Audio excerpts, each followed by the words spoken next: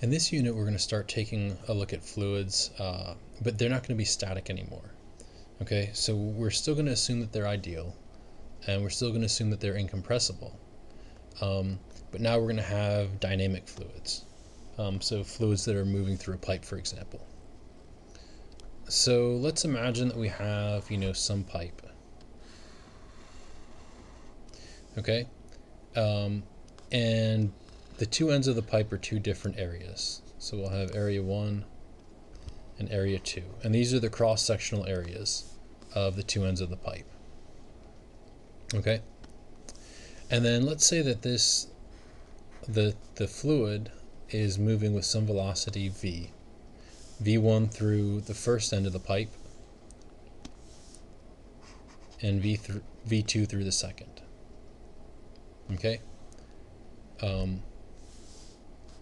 So if we look at v1 delta t, right, we see that this is a velocity times a time, so this is going to give us a distance. Okay, and so we can look at this, these two chunks here. So this would be v1 delta t, this is going to be v2 delta t. Okay, and this is going to be the volume flow rate. So in other words, A1 v1 delta t equals A2 v2 delta t, which we call the volume flow rate. So it's telling us what volume of water is passing through this this tube in a given amount of time. And of course, we're saying that our fluid is incompressible, right? And so what we mean by incompressible is that it basically can't be squeezed together. And so if we have a big volume here, right, then we have to have the same value at some later place. Well, this is a smaller area, so we know that actually I should have drawn this line back here more, so that this volume and this volume are the same. But notice we multiply both sides by a delta t. So what we define as a continuity equation is just the area of one side of the pipe times the velocity of water flowing through it is the same as the velocity at the other end times its area. Okay, so let's take a look at an example of this.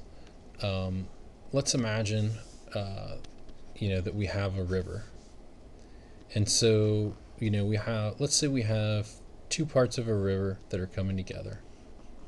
Okay, both of them have the same cross-sectional area A. And let's say they kind of join together to form another river, another part of the river that also has cross-sectional area A. But now we have, kind of velocity 1 coming through the first stream. Maybe it's going a little bit faster than, because it was coming down the mountains, than water coming through the second stream.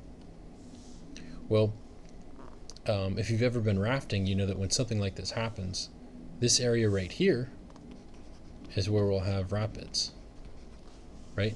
And we can see the reason for that, because we had twice the area here, so we had 2a, times their velocities. I guess we made them different velocities, so we have a times v1 plus a times v2, and this is just going to equal a v3, which is where v3 is the velocity of water coming through this other side. So in other words, v3 is going to be v1 plus v2. So the water is going to be moving much faster, right?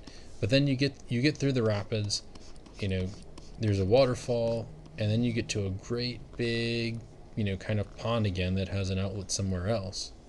This has a very big area.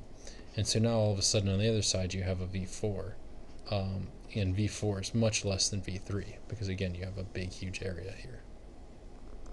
Okay, we can look at another quick example that we've all noticed. So let's say we have like a garden hose.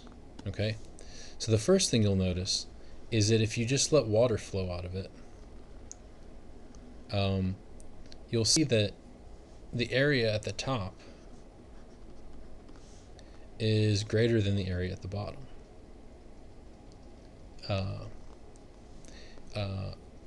And this actually makes sense, because if we look at continuity, we're saying that the velocity of the water up here is going to be slower than the velocity at the bottom, because we know gravity is going to speed it up. And so because of that, it's going to have a smaller area at the bottom than it does at the top. Okay? But then we also know that we can take our thumb and we can put it over the opening. And then what we've done is we've made this area really small, right? But on the other end of the hose, we still have this larger area of the hose.